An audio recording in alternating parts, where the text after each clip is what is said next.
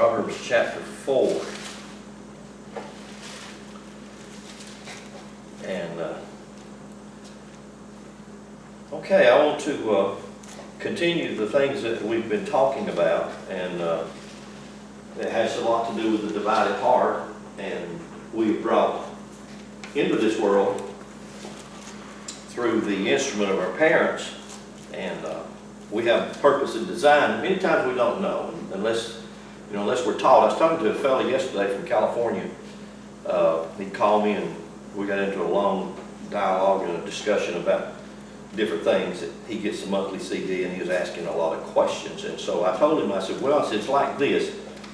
I said, the mass majority of what we call Christians or Christianity and a lot of other religions, but mainly Christianity, their idea of this life is just is mundane, get through the best you can or whatever, and then you're going to have a much better life in heaven. And I said, the scriptures really don't teach that. I said, that's Christianity, and that's an idea that Christianity promotes really strong. I said, there is no heaven to go to. I said, there's no planet or another paradise place somewhere way out there that's like this but glorified. In other words, there's not a place out there that has roses without briars. It's just not. I don't know why, but that I've heard that somewhere or another in my years of listening to preachers that somehow or another part of the curse on the earth was briars on the rose bush. Oh well, the blackberries have briars on them too, so it's kind of a task to get them, and sometimes you can get pricked. But I was telling him, I said, if you look up the word spirit, I said, you really can't define the word spirit. I said, you tell me how you can define it. It would be like air or breath. How can you define it? And of course, they break that down into different things to try to give different chemical compounds of something you can't see. I said, so the realm of the spirit is not seeable, right? And I said, so the realm of the spirit is as present here in this earth dimension as it is in any other dimension that you wanted to or you would like to go to. I said, however, the understanding of spirit is it seeks a dimension to be manifest in because it's not manifest. Now that's a very difficult thing for us to grasp. It's not manifest unless it has something to manifest through. So I said this realm, the earth realm, and its three-dimensional reality, is a beautiful realm for spirit to manifest in. I said, you will not put an acorn in your pocket when you die and take it to heaven with you and plant it and grow an oak tree. He said, huh? I said, an acorn seeks the soil of the earth before it can become a tree. I said, the seed of God seeks the soil of the earth for it to grow and manifest in. I said, you cannot be more or less of God than you already are. Blew him away. He said, I ain't never heard that. I just never thought of it. I said, people don't think. I said, that's the only difference. Is many times we just don't think about a lot of these things. We think about how it will be or how it's going to be or when I get there, all those kinds of things. You're there. See, you can't go somewhere where you already are. And so we're already there. We just haven't been taught that. We don't understand many times, and that's all of us. We just many times just don't understand. And sometimes have you ever had something you didn't understand, you grapple over it, and all of a sudden it just kind of light bulb goes off. Oh, I got that. I see that now. Happens to us all the time. Yep. So we just kind of pay attention, and it's a little here, a little there, line upon line, precept on precept, and that's how it happens. And all of a sudden you think, oh, okay, I finally got that. And that's the way progress, that's the way awakening works. That's how growth, that's how knowledge is imparted. It's through, and I call that initiation. It's step by step by step, a little bit along the way.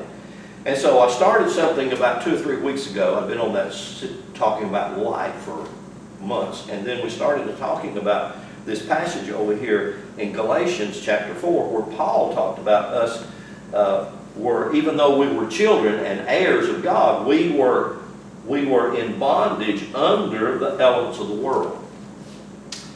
And that's complicated, but simple.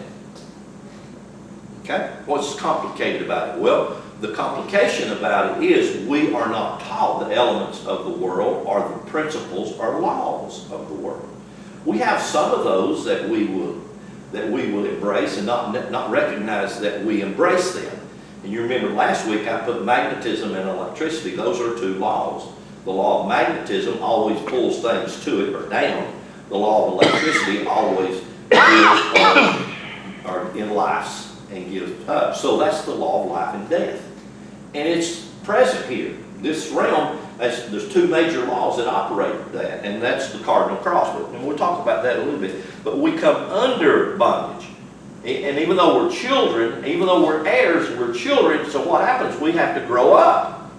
And that doesn't just mean in the physical body, because I made a statement months ago about growing up. I said, you ever seen a 60-year-old baby or a 60-year-old young man? And of course, most all of us have, or a 60-year-old person who hasn't used the knowledge that's available for them. And you know, good gracious, we run into that all the time. I mean, I could be one of those, right? Yeah, I could be that very person. So, Jamie said something here 2 or 3, 4 weeks ago about a lady she's talking to, or someone that she'd heard about, talking about the sickness that this lady had, and the sickness she had. And said, well, they were talking about it, that you listening to that conversation gave energy to the sickness that was in the lady. Or vice versa, if you yourself begin to talk about that, then you give energy to that. I realize that's a far-fetched concept and idea, but that resonates with me. And so I wanted to start out with these two passages right here in the book of Proverbs, and not to say that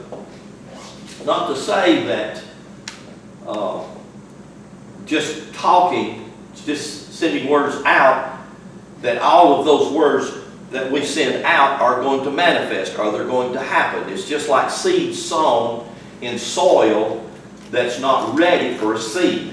Then the seed obviously would die. And all words are seeds. You understand what I'm talking about? So there has to be a balance in everything. We can get all excited over on one thing and get completely out of balance. And I know that happens to me, and it happens to a lot of folks. We get all excited and all about this, and we have all kinds of things going on in us, and we are not able to recognize those things or be honest enough to express those things. But I said you can't get to where you want to go until you recognize where you are. That's a difficult thing, to recognize where am I, what's going on in me right now, and being honest with yourself. And then when we do that, and as we do that, then we can prepare ourselves to move on beyond that, because we can make a quality decision and say, is this where I want to be? I mean, I want to be stuck here. And I think the answer would be no, no. And so does it require anything to get from here to there? It requires everything, because you can't just get out here on your car and just say, well, I'm going to Dalton, and just hold your steering wheel straight and think you're going to go south toward Dalton. You understand that?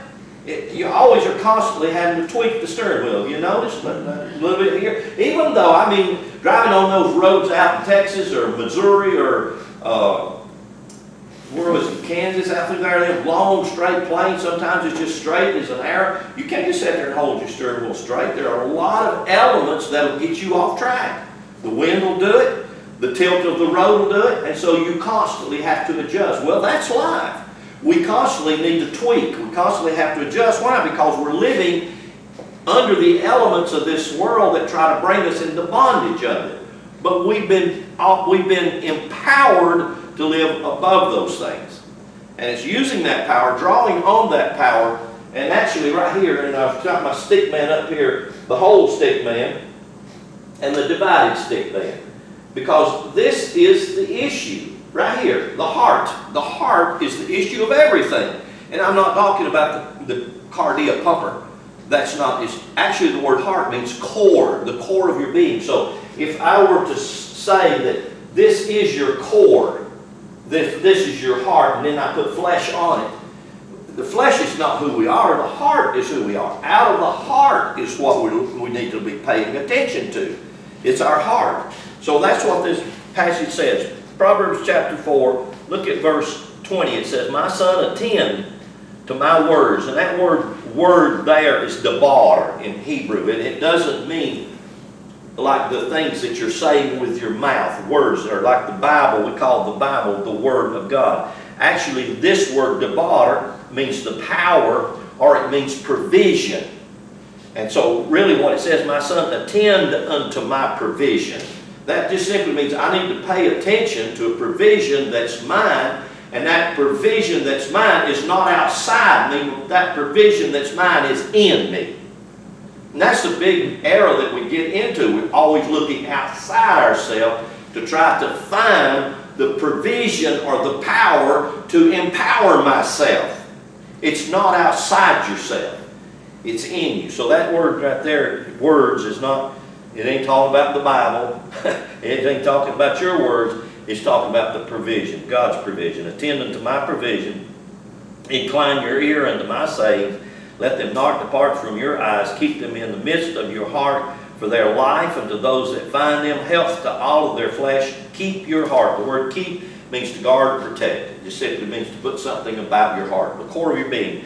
Keep your heart with all diligence. That means you have to be consistent. That means that you can't just do it today and tomorrow I don't feel good. You know why? Because depression. Have you ever got, anybody ever got depression? Has anybody ever had a chance to get depressed? You don't have to raise your hand. Yeah, we ever want to, if you ever notice how depression is, it'll come and it'll stay and bring all of its cousins and brothers and sisters and aunt and uncle and everybody.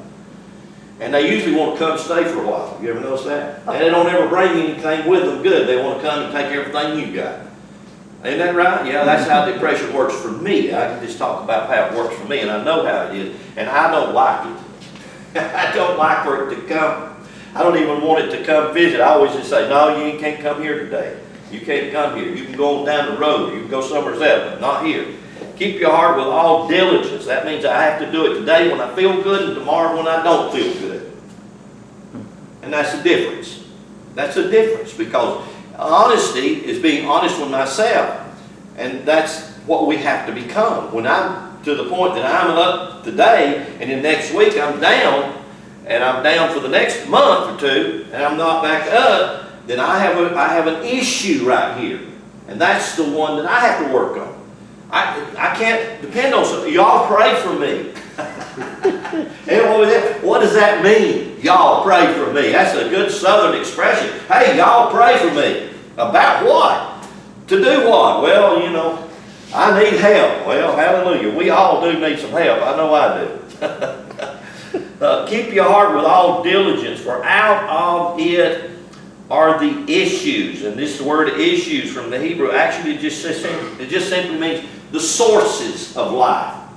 So out of your mouth proceeds the sources of life. And so we have to pay attention to that. Now look with me at another passage right here in Proverbs 18.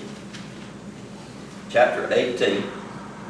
These are just a few that I know that we're all familiar with. But look at this, Proverbs chapter 18 and verse 21.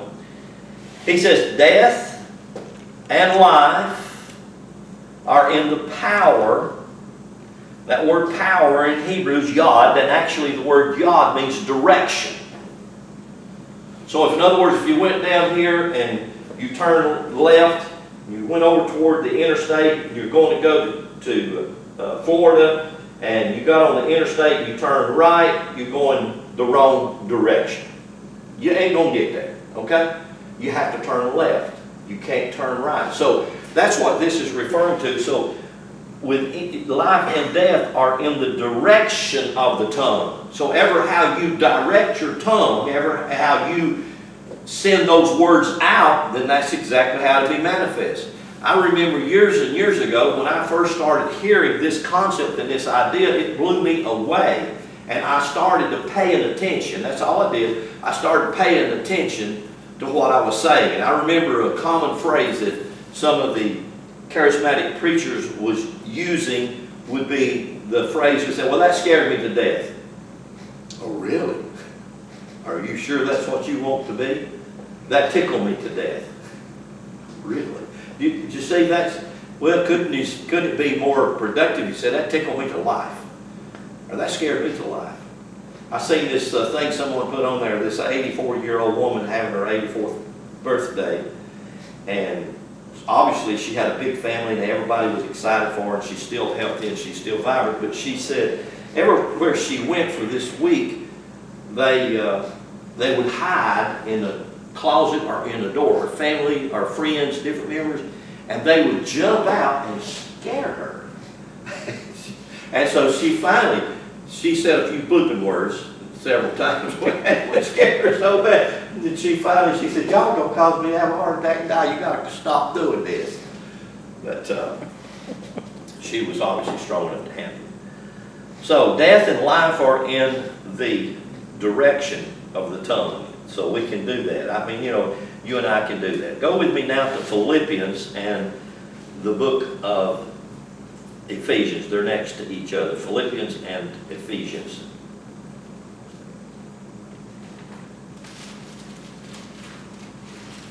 Philippians chapter 2 and Ephesians. All right. 2/3 of your being, 2/3 of you, of your being, 2/3 of you is timeless. Now, you're a 3-part being. Whether you know it or whether you don't know it, you're basically a 3-part being.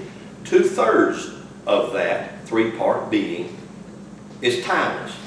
Now I'm saying timeless because I could say eternal. That's a word we use in English, eternal. But what does eternal mean? What does that mean, eternal? Doesn't it mean timeless, forever? So it means without time, right? Time is linear. It's earth. Time is limited to earth. So time here on earth is not time out there in the solar system, right? I mean, we don't ever think about that, but that's right. So whatever time here on earth is, it's basically earthly. So when I say timeless, I'm talking about something eternal. 2/3 of you is timeless. And I want to put the two that are. How many of you know that you are a spirit? Everybody knows that, I would think. How would you explain it? How would we define it? How can we talk about that? It's difficult because I don't know what to. You could say it's part of that lasts me. Okay. Another part of you that's timeless is your soul. Your soul and your spirit aren't the same thing, but they're both timeless. Even though the soul and the spirit can be in time.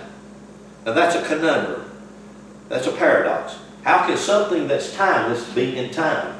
Well, the spirit and the soul, I can say that either one of these or both of these contribute to this aspect of your being. Breath. They both contribute to that aspect of your being, breath. So the air, the oxygen, which you can say is spirit, God is a part of you, the air, the oxygen, that lifes you, that comes into you and lifes you. And so when that comes into you and it lifes you, you live, correct? Yes. Right? Okay. Now what part of you,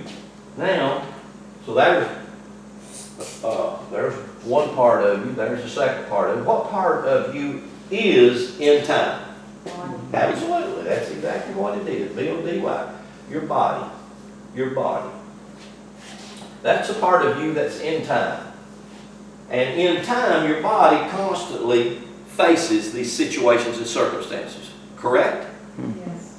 And what happens with most of us, because our body, so I want to read what I wrote here. 2/3 of your being, human being, is timeless, while 1/3 is subject to time. Now, because this 1/3 of us is subject to time, you know what we want to try to do? We want to try to pull the other 2/3 of our being into the subjectivity of time, right? Don't you? Yeah, we do it. Many times we don't even recognize or realize we're doing it.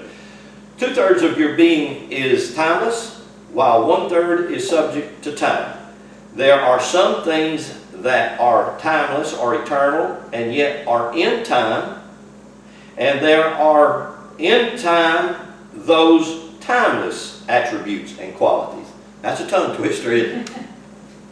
So what did I say? I said, well, in this timeless dimension we have called body, we have 2/3 of our being that's not subject to this timeless dimension. But what do? We pay more attention to this 1/3. Why? Because it seems to be the dominant force. Let's see. These 2/3 have attributes and they have qualities. Okay? They have attributes and they have qualities. They can and they need to be. They can and need to be cultivated. Okay? You understand what I mean when I say that? Yes. You have attributes. What is an attribute? Or a quality. You have attributes and qualities that are just, if they're dormant, they're there, but they're not active, right? They're just not functioning. Does it mean there's anything wrong with them? No. There's nothing wrong with them. They just need to be activated. So, these attributes can and need to be cultivated and activated. This is what is meant by this passage I'm fixing to read right here in the book of Philippians. So if you found Philippians chapter 2, I want you to look at this with me. Philippians chapter 2 verse 12, it says, "Wherefore, my beloved, as you have always obeyed, not in my presence only, but now much more in my absence, work out your own salvation with fear and trembling." Work out your own salvation with reverence. That's what that means. Reverence to what? Reverence to your body, reverence to your soul, and reverence to your spirit, because you are a triune being, spirit, soul, and body. 2/3 of that triune part of you is eternal. 1/3 of it's temporal. But nevertheless, Scripture constantly talks about making those two one. Right? It does. So, what does this, again, when we see this word salvation, this one throws us a big curve because of what religion has taught us. The word salvation in the Greek is soterio, and actually it means your well-being, it means your prosperity, it means your health. So what is he saying? You have to work out your own health. That's what we're talking about this morning, about juice and celery, or other things. That's exactly what it's referring to. If you don't do it, it doesn't mean that you're no good, or you're wicked, or you're corrupt. It doesn't mean anything at all like that, like religion tries to put us down.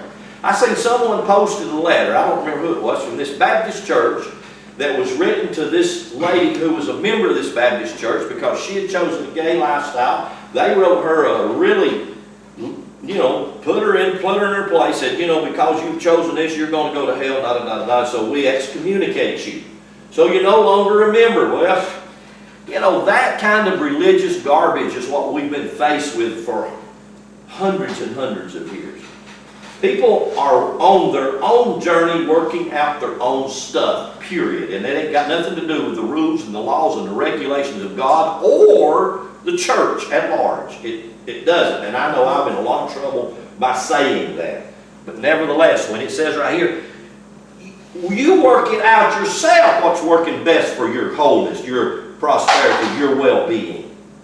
You cannot dictate it to somebody else because you have certain ideas. But we do, don't we? We sure do. What do we call those ideas? Judgment. And we do constantly judge. And we shouldn't. If you're going to judge anything, judge yourself. Let judgment begin first where? At home, at the house of God. It begin first right here. If you're going to do any kind of judgment, do it on your own self. Just look at your own life. And that's how you work it out. Work out your own salvation with reverence and respect. For, look at verse 13, for it is God which works where? In you both. In you both. In you both. Both the eternal and the temporal. Both the timeless and the time. He's working in both areas. He's working in you in both to will and to do His good pleasure. Now, I wonder why we can't let that be. We can if we will. We can let that be and let people go ahead and work that out for themselves. Now go with me to the book of Ephesians, just next door there. The book of Ephesians, chapter 2 also, chapter 2.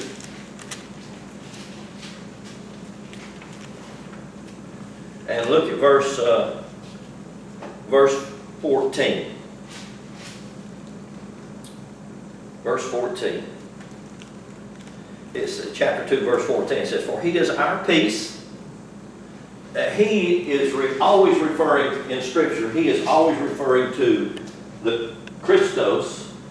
And let's see here, how can I do this? He is always referring to the Christos, and I'm going to put my cross up here.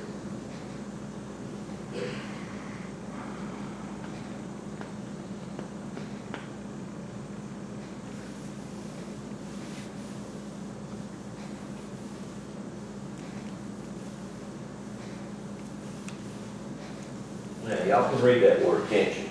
Yes. Magnetism. Okay? This is the South Pole. I think you might have missed a letter, Papa. Huh? I think you missed a letter. Magnet. M-A-G-N. Right? Magnet. Yes, sir. Huh? Hey, you don't know how to get a quill work, do you? M-A-G-N. Isn't that right? Yeah. Huh? Magnet. Brandon. Magnetism. Huh? Yes, Does that look better? Magnetism. Magnetism. I believe that's it.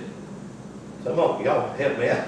Yeah. You're doing good. Kirby, you're an English school teacher. Help me. 3rd grade. I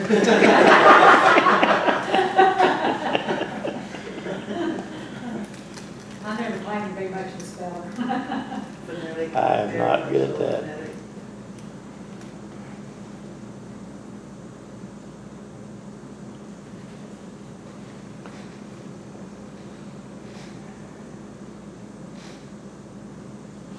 Electricity. Now, this is, that's the cardinal cross. Okay? That's the cardinal cross right there. Electricity is the horizontal line because what does this represent? The horizontal represents the sun and how the sun moves in this direction. The magnetism has to do with the poles, the north and the south pole, which are magnetic in energy. So there's your cardinal cross. Magnetism and electricity are those elements that you come under when you came here. Those elements, magnetism and electricity, create storms, they create havoc, chaos, life, and death. You see, every morning the sun rises, every morning, period. Every evening the sun sets. So the sun rises to live, it sets to die. Not die in a literal sense, but not visible. Right? Everybody knows that. So we see this energy, magnetism and electricity. Those are the elements you come under, and we're subject to these things. But we can cultivate ourselves to the point to where we have power and dominion over these things. But nevertheless, they're still there. They're always there. They're constantly there. We still have power and dominion over those things. So now I want you to, this is a hard thing for us to comprehend, but when it talks about Christ,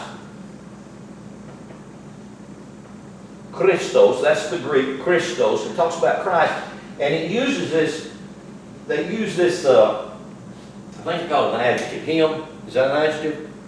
Him? Pronoun. Yeah, that's right, pronoun. Now a pronoun, him, her. They use this pronoun, him or he. When really the Christos, and you know how we associate that? How do you associate it? If I said Christ, you're talking about Jesus, aren't you? You're talking about the guy. And that's not at all what Paul is referring to. Because you see, the Christ is always, the Christos is always an oil. Always. That's confusing. I've never been told that it's an oil. But all you have to do is look up the Greek word Christos, and that's exactly what it means, oil.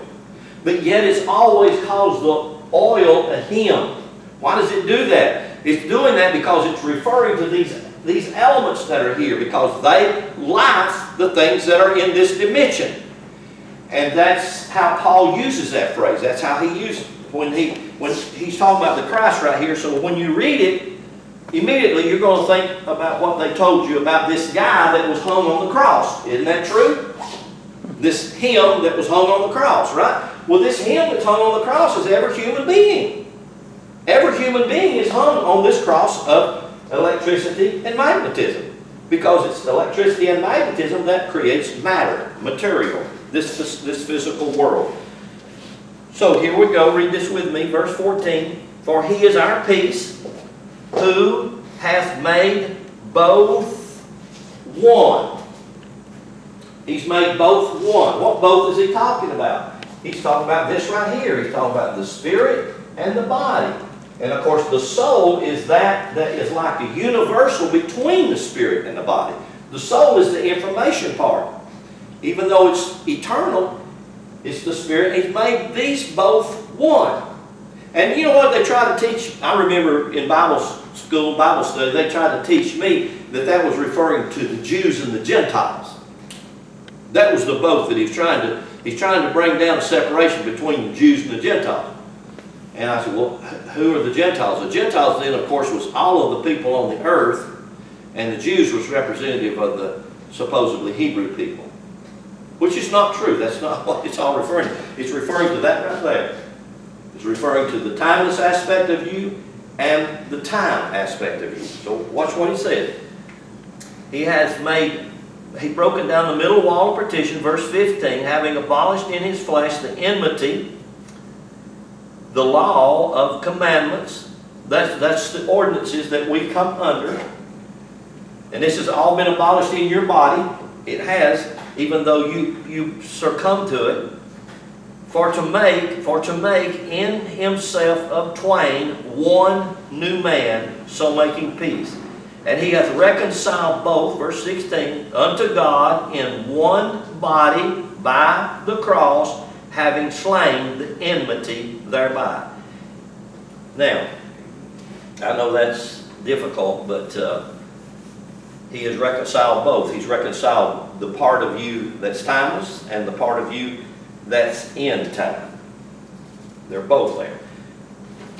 Okay, and now go with me to a passage of Scripture, and you've all heard this probably whether you are in church or not in church. Ezekiel. The book of Ezekiel.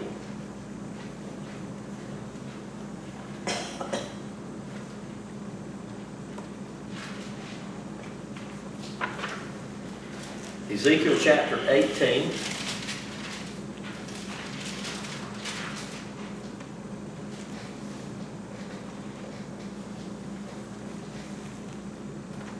Ezekiel chapter 18.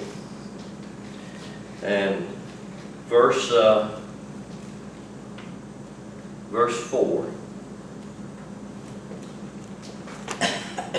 See if y'all hadn't heard this verse. Behold, all souls are mine. As the soul of the Father, so also the soul of the Son is mine. The soul that what? Sinner. The soul that what? Sinner. What happened to it? Wait a minute now. Is that a contradiction? Verse are we on? Huh? Verse 4. Ezekiel chapter 18, verse 4. Oh, sorry, I missed 18, verse 4. Chapter 18, verse 4. The soul that sins, it will die. Huh? Wait a minute. The spirit and the soul is timeless. It's not subject to death. How many of y'all have ever heard that passage? The soul that sinneth, it will surely die. Yeah. You've heard it all your life, haven't you? Yes. You just didn't know where it was at. It's the only place in the whole Bible it's at. It's right there. I just showed it to you. It's the only place in the whole Bible you'll find it. You've all heard that. The soul that sinneth it. And what did they hang that over you? And what did they associate with the soul? They associated the soul with your body. So they was really saying if your body goes out and sins, you're surely going to die. Well, I'm going to tell you something. You're surely going to die. Period. Why? Because you're in a dimension. That's referring to your physical body. But your soul never will die. It's eternal. There's not anything about your soul that can die. Nor can your soul sin. It's ridiculous to think. It would be like saying, well, God's going to come down here inside me and then God's going to sin. No, God's going to let you do all the sin you want to. And go with you and empower you to do all of that you want to, simply because God is not a control freak like religion has made God out to be a control freak. Hadn't it? You know good and well, religion's made God into this ogre out yonder in the sky somewhere with a pad and a pencil watching you with a magnifying glass just to catch you when you do something, and bless God, He's going to write it down and you can do right now. You know you are. Why? Because the soul that says you're going to die, and not only that, you're going to die, and where are you going to wind up going to? Yeah. You're going to wind up going to hell. Wow.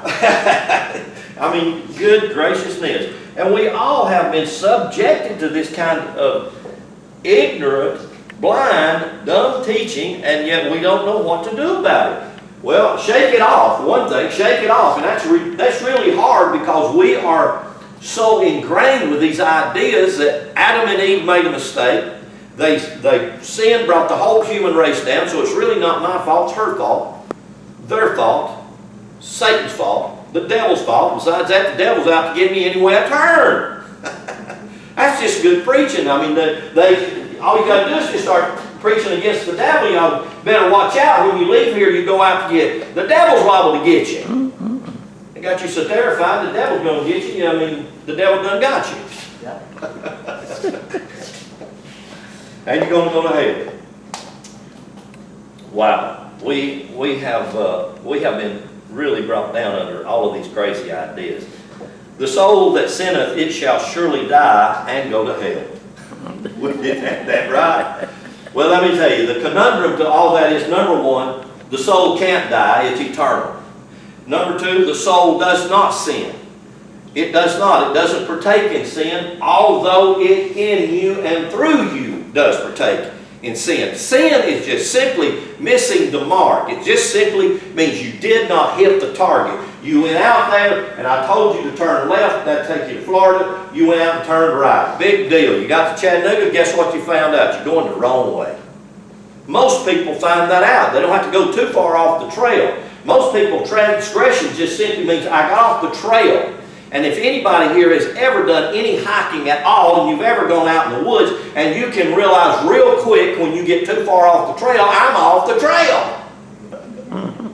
I remember when Rochelle and Tracy were real little, we used to go hiking a lot in these mountains back over here, and they got all kinds of wilderness trails in there. Some of those trails are nearly an entire day's long. And so I would take both of them. Connie didn't like to hike, so me and the girls, we'd take off, we'd go hiking. And at one time I remember we got off the trail, but we got back on a trail. This trail would lead us around, so we were gone for about 6 hours hiking on these trails in the mountains. We got off the trail, we adjusted ourselves where we were at because we had a map with all these trails, and we come right back to where we needed to go. We transgressed.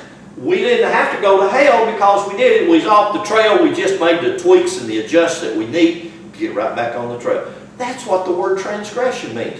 I hear people use that word and they think, oh my God, you are a transgressor. You are going to split hell wide open. You are a sinner. The soul that sins is surely going to die. My. The body is surely going to die because you're just going to lay it down simply because it's a temporary fix. Paul tells you very clearly, I have this tabernacle, this tent, this house, and I'm going to lay it down, but I've got another one he talks about. This one is eternal. This one is timeless. This is the greater part of me, my spirit and soul. Those are the two parts of us that get less attention than any other part of us. Don't we? I pay very little attention to my spirit. I pay very little attention to my soul. I told you this, the spirit actually enjoys silence. The body don't. Have you ever noticed that? See, the body is temporal. And it's bound up by 5 physical senses on the outward. And those are the ones we pay attention to, right? The 5 senses, what we see, what we smell, what we taste, what we hear. and what we feel, what we touch. Those are the ones we pay about all we do. We don't ever pay attention to the two inside, do we? Nope. The intuition. You know, most people after you're 4, 5, 6, 7, 8 years old, you don't pay a bit of attention to your intuition. Well, that is a sense. That's an internal sense. It's internal. So we're out here in this external world, right? And the intellect, that's intuition. The intellect and intuition, those are internal. But we don't cultivate those. How do you cultivate those? You cultivate those by knowledge. You cultivate those by listening, by experience, by paying attention. You know, if we cultivate intuition, intuition is a tremendous sense that we have that when we cultivate it, it will never lead you astray. Intuition will always lead you. Why? Because intuition is in tune to the Spirit. It's in tune to what? The greater part of your being that we don't pay much attention to. Okay, the soul that sinneth, it shall surely die. 3 words I want to talk about just a little bit, and we'll kind of close or tie this up or whatever. Death, dying, and dead. They're all the same word. They're every one of them the same word. And here's some synonyms that I have got, and they're referring to the physical body. When it's referring to the soul that sinneth, it shall surely die, it's saying that the soul surrendered itself to the physical body, even though it's all powerful as a part of the spiritual body. But it surrendered itself to it. Come in. So the soul is that which surrendered itself to the physical body. Why? Because it has the information. When we bring back to our remembrance the things, did you have to know it to remember it? Yes. Of course you did. You have to know it to remember it. When Jesus said to bring back, the Spirit will bring back to your remembrance. Do you have a code inside you? Yes. It's the principles of God. Hebrews chapter 9 tells us that God wrote His principles on the tablets of your heart. It's the tablets of your heart, the core of your being. And those principles are principles that we can cultivate, the principles that if we do cultivate them, they will bless us, they will work with us and work through us. Now, let me read this and we'll just kind of unhook here. That's too many things here. To go deep is a personal journey. We must go deep, deeper into ourselves. For there we find the answers and we also find the problems. Our sense man don't want us to do this. It'd rather blame someone. We could stop and every one of us could say, I got a bad deal. Last Sunday I was talking about that my parents had a bunch of kids but didn't know how to train us and teach us. Why? Because their parents didn't train them and teach them. Why? Because their parents didn't train them and teach them. Why? And you can just go on back. And if you try and find somebody to blame, you're just going to run to a dead-end street. It ain't nobody's fault. Period.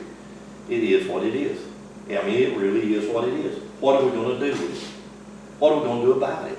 It's given to us. It's right here. It's right here. It's just right here in our hands.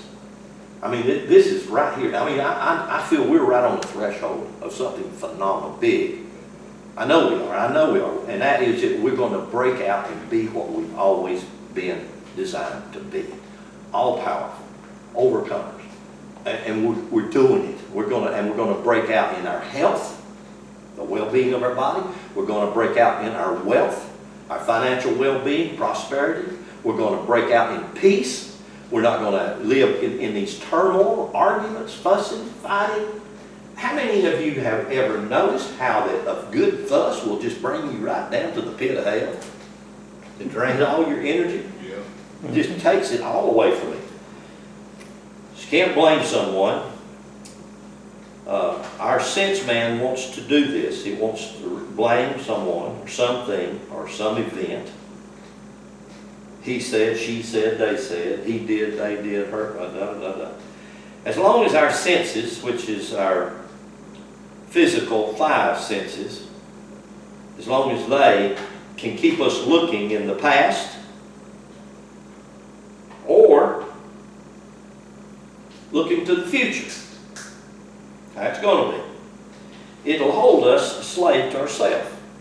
Our task here, in other words, the journey and its three-dimensional reality that gives us matter in material form in this time dimension right here that we're talking about, of electricity and magnetism, which is natural, and this natural electricity magnetic world is under the 12 laws of the principles of the zodiac. Those are the 12 principal laws. We call it the order and arrangement, or the principles of the rudiments, is what Paul calls it there in Galatians chapter 4. Under bondage to the rudiments, the rudimental elements of the world. Now we're under those things. I mean, what are you going to do about it? All power is in your hand to do something about it. All power is within us to do something for ourselves, to ourselves. So, our task here is not to just be here and grow up, to go through life the best we can. Remember, we were told just to do the best you can, that's good enough. And my statement to that is, how many of us have done the best that we thought we could, and it wasn't good enough? The problem, all of us deal with at different times. The problem is not giving it our best. The problem is we lack the proper instructions on how to do it, on what to do, when to do, where to do. The things we do while living here on this earth. I'm going to suggest that the greatest situation every one of us face is the lack of information to do what we want to do. How do we acquire that? Well, the information is there. I think one thing that we have to do is just put it out. I mean, I need some information. I need help here. I'm putting it out to the source. Now, I'm not talking about outside of me. I'm just talking about, I'm giving expression to the source that's within me. I need some information how to do this. I mean, am I in turmoil and I need peace? I need to put it out. I need some information. How do I obtain peace? I mean, tell you, peace is wonderful, isn't it? Yes. Yeah, peace is wonderful. And you know when you got it, and you know when you don't. But we should live in peace. But we don't. I mean, we should, but we don't. But we could. And we're going to. I got a text from Kathy. She sent me a little paragraph from the book Love from Heaven by Lauren, I'm not sure how to say the last name, but it's Love from Heaven, Practicing Compassion for Yourself and Others. And it says, we are all pure love, but most of us have locked away that love within ourselves and don't let it out. This love remains there though. We can lock love away, but we can't destroy it. And we always have the potential to release it. We release it first by learning to love ourselves again. Amen. That's good. It's locked away inside us. And everybody has it. You think these mean people, you know, they've got it too. They just got it locked away. Absolutely. And they're responding to a hurt and a pain inside them. Yeah. And generally, that's the lack of information that they have. Yeah. Why are they hurting? Well, they don't have proper instructions. They don't have the right information. If they got the right information, when you have the right information, you can do the best you can. If you don't have the right information, you can do all you want to do, and it will avail to very little, if nothing.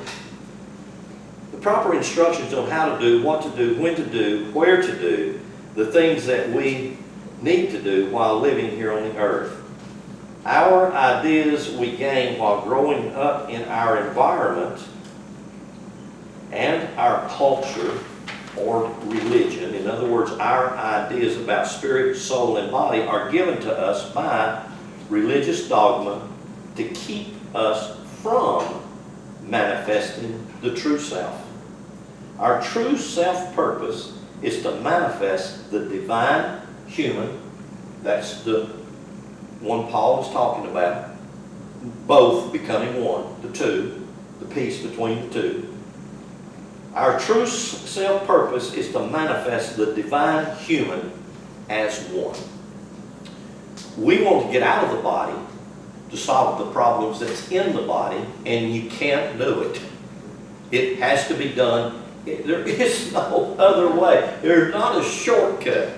There's not a real simple answer. It has to be worked out within yourself. That's what Paul meant. Work out your own wholeness. Work out the division of your heart. We hurt. We keep the divided heart constantly hurting. Let's heal it. Let's join that thing together. Our true self-purpose is to manifest the divine human as one. The holy matrimony is to join the upper self, spiritual, to the lower self, human. Not get out of here. Religion has taught us that Adam and Eve lost or sinned or fell in the garden, and as a result, drug everybody in there with them. That is just not true. So you haven't been drug into a pit with nobody, and you're not a sinner because of somebody. I'm just a sinner doing the best I can here. No, you are truly and without a doubt the child of God, period. You can't be nothing less than that. You are that.